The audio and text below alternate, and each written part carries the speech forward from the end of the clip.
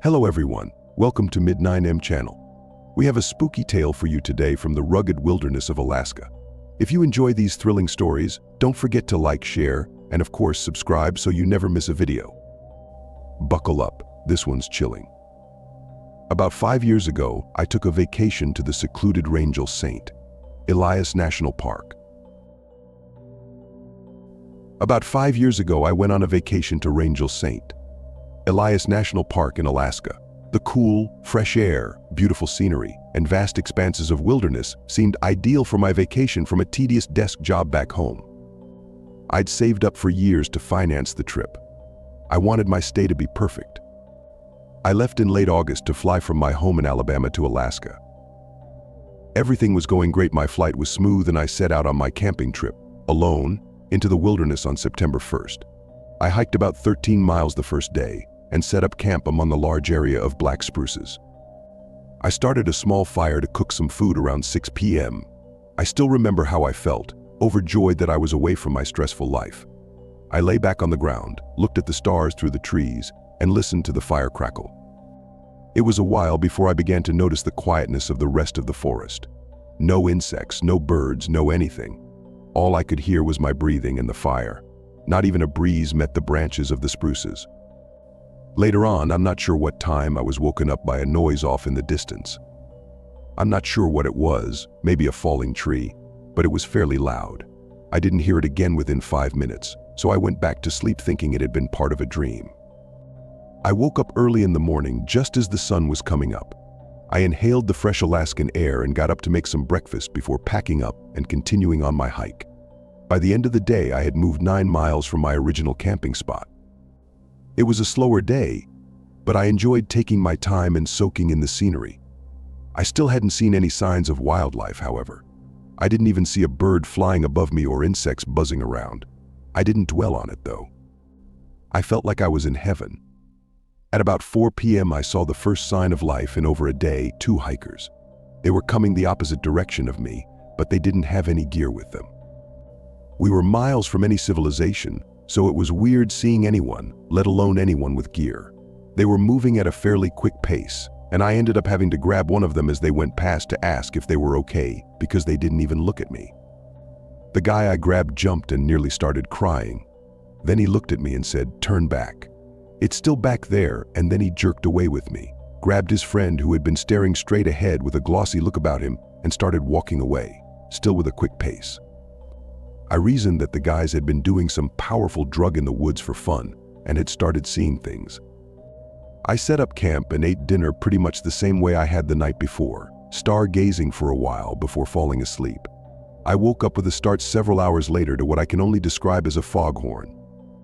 It was low and very loud and seemed fairly close as well. The noise echoed off of the trees, making it hard to tell where it had come from. I sat up, still sleepy, trying to wake up and figure out what was going on. I looked around, yawned, and was about to go back to sleep when I heard the sound again. This time it seemed much closer, but I still couldn't tell where it was. After a minute or two, I heard trees moving off in the distance. I heard loud snapping noises and branches rubbing against each other and shaking. I couldn't give you an exact distance, but I think it was about a mile away. The first thing to come to my still sleepy mind was bear. I jumped to my feet and began looking for anything to use to defend myself from this bear and ended up picking the hatchet I had brought. This is what the noise sounded like, only deeper and in longer bursts. I stood around in a defensive stance for a good 10 minutes before I heard the sound again, this time even closer. I heard tree branches, maybe the trees themselves, snapping in the distance. It was within a mile from me now. It then began to dawn on me that what I was dealing with wasn't a bear. My heart was beating furiously and my mind was racing to figure out what was making the sounds I kept hearing. I couldn't think of anything. The horn-like sound sounded again, this time farther away than before. I stayed up the entire night, listening to it as it got farther and farther away. By sunrise, the noise had stopped. I ate breakfast and packed up fairly quickly. I had decided I'd hike back to the car I had rented and drive off. Maybe stay in a hotel till I could get on the next plane home. It was still early though, and I thought I'd go towards where I kept hearing the noises in hopes of finding out what they were. I got about 3/4 of a mile from where I had set up camp when I found the first tree. It was completely snapped in half, falling in the direction my campsite was. I continued on, finding more and more snapped trees. They made a trail almost that I started to follow, not thinking about the daylight I was wasting moving along the fallen trees. The trail went on for miles, filled with nothing but fallen trees and weird holes, like if a tree had been uprooted, all along the trail as well. I figured whatever had been here had started throwing trees as well as knocking them over. By the time I noticed it was getting dark, I had almost reached the end of the trail. I kept walking, exhausted from my sleepless night, not even noticing when the trail stopped, and decided to set up camp for the night next to a large, tall tree. It was much larger than the spruces surrounding it.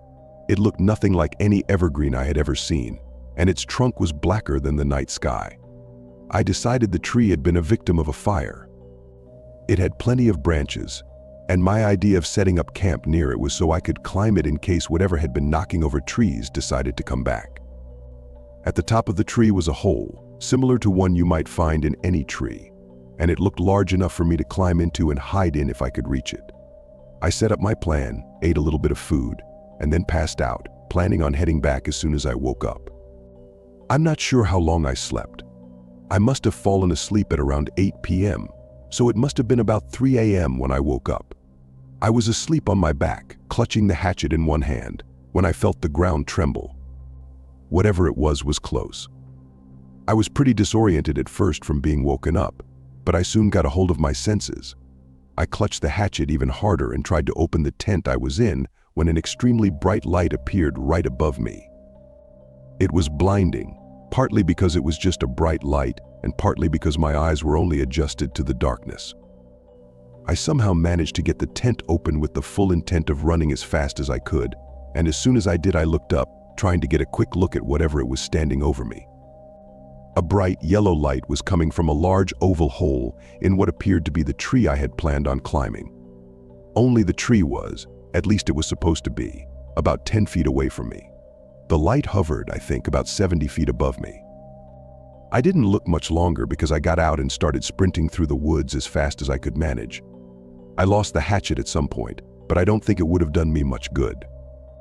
As I ran, I began to feel the ground quake like it did before, at intervals of about once every 5 seconds. Whatever it was gaining on me, but I didn't have time to think about that because the noise sounded behind me, and it was incredibly loud. I tried to scream, make any noise really, but nothing came out. Then I ran right into something and fell and tumbled to the ground. I immediately tried to get up and keep running, but soon realized I was tangled up in someone's tent, which had apparently been abandoned. It was then that I realized I was once again bathed in the yellow light. I looked up to the light, shielding my face with my hand, and got a better view of what had been following me. The tree I had camped by was standing in front of me, bent so that the light, from what was apparently the hole I had planned on hiding in, sent a beam down directly on top of me.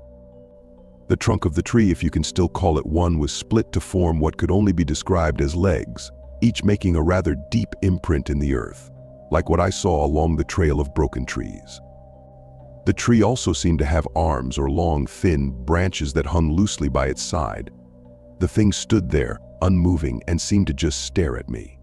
The light soon became rather pretty and nice to look at, but then the tree made that awful noise again, and I snapped out of my trance.